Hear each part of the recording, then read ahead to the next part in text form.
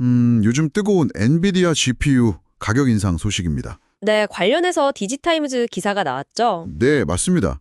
거의 모든 제품 라인에서 가격이 올랐다는데 특히 그 에이스, RTX 5090 그래픽카드 이게 10% 넘게 뛰었다는 소식도 있어요. 와, 10%면 상당한데요? 그렇죠.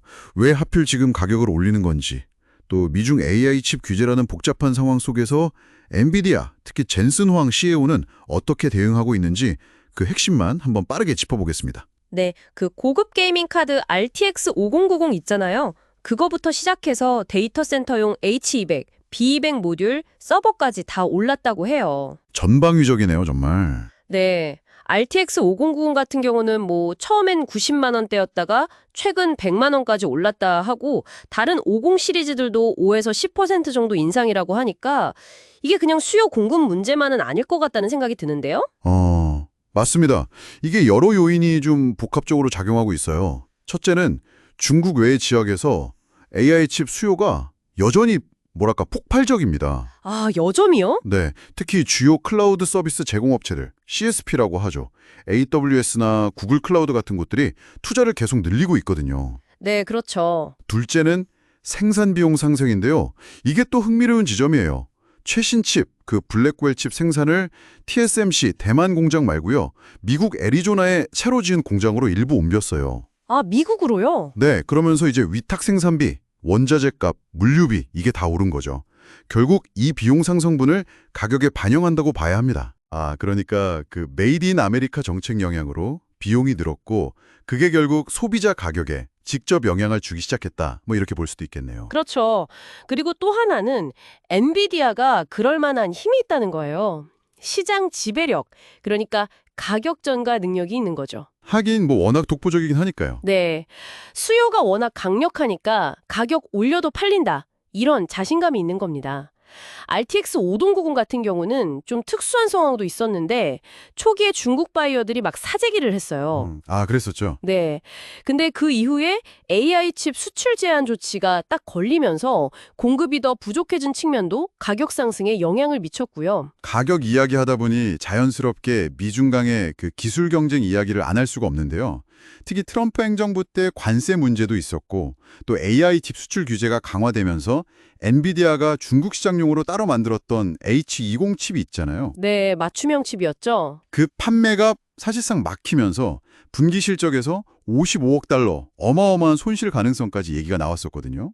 이런 위기 상황을 젠슨 황 CEO는 어떻게 헤쳐나가고 있나요? 정말 그야말로 줄타기를 하고 있다고 봐야죠.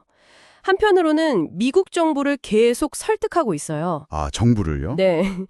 미중 기술 격차가 생각보다 크지 않다. 그러니까 이런 규제 강화는 오히려 미국 기업들만 힘들게 하고 중국 기업들의 자체 개발 속도만 더 빠르게 할 뿐이다. 이렇게 주장하는 거죠. 근거가 있나요? 네. 실제로 블랙리스트에 오른 화웨이 같은 경우에도 자체 AI 칩 개발에 엄청 속도를 내고 있거든요. 이걸 근거로 드는 거죠. AMD의 리사수 CEO도 비슷한 맥락의 이야기를 했었고요. 균형이 필요하다. 이런 이야기였던 것 같은데요. 맞습니다. 수출 통제랑 산업 이익 사이에서 균형을 찾아야 한다고요. 근데 또 다른 한편으로는 트럼프 전 대통령의 그 미국 제조업 부활 기조에 또 발을 맞추고 있어요. 양적으로 다 움직이는군요. 네. TSMC, 폭스콘 이런 기업들하고 같이 미국 안에 AI 서버 생산 거점을 만들겠다. 여기에 5천억 달러를 투자하겠다 약속하고 아까 말씀드린 애리조나 공장에서 블랙웰 칩 생산도 시작했고요. 심지어 트럼프와 함께 공개석상에 등장하기도 했었죠. 네, 봤습니다. 그러면서 또 동시에 아주 민감한 시기인데도 중국을 방문해서 당국자들이랑 만나고 그래요. 외교적인 노력도 계속하는 거죠.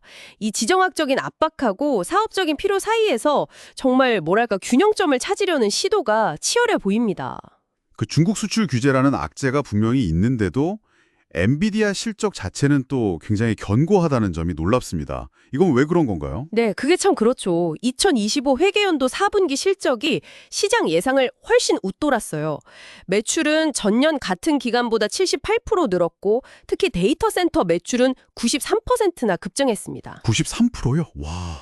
네, 그리고 총 마진율이 73%에 달한다는 건 비용이 올랐음에도 불구하고 가격 결정력이 얼마나 센지를 보여주는 거죠.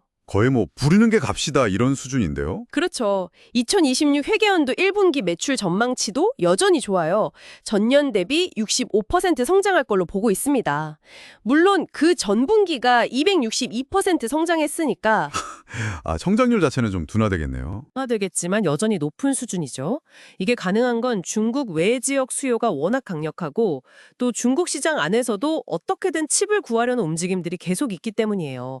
결국 이 강력한 수요가 바로 가격 인상의 가장 큰 배경이자 동력인 셈입니다. 이런 상황 속에서 젠슨 황 CEO, 앞으로도 시장 분위기를 계속 이끌어가기 위해서 굉장히 바쁘게 움직일 예정이라고 하던데요. 맞습니다. 당장 5월 12일에 공급망 파트너들 만나고요. 17일에는 주요 기업들하고 만찬. 이게 뭐 조단위 만찬이라고 불릴 정도래요. 조단이 만찬이요. 네. 그리고 19일에는 또 주제 강연도 예정되어 있고요. 이런 행보들을 통해서 가격 인상이나 지정학적 이슈 속에서도 엔비디아의 기술 리더십, 그리고 미래 성장성에 대한 시장의 기대감을 계속 끌고 가려는 전략으로 보입니다. 자, 그럼 정리를 한번 해보죠. 엔비디아의 가격 인상은 미국 내 생산 비용 증가와 여전히 식지 않는 글로벌 수요가 맞물린 결과다. 그리고 젠슨 황 CEO는 미국 정부 설득, 미국 내 투자 확대, 또 중국과의 소통이라는 다각적인 전략으로 이 복잡한 판을 헤쳐나가고 있다. 이렇게 볼 수 있겠네요. 자, 이 모든 상황이 지금 듣고 계신 여러분께는 어떤 점을 시사할까요? 네. 엔비디아가 보여주는 이런 전략적인 유연성, 그리고 회복력은 분명 주목할 만합니다. 지정학적인 변수가 기술 기업의 경영에 얼마나 직접적인 영향을 미치는지, 그리고 또 시장 지배력을 가진 기업이 위기에 어떻게 대응하는지를 보여주는 아주 좋은 사례죠. 여기서 한 가지 더 생각해 볼 만한 질문은 이겁니다.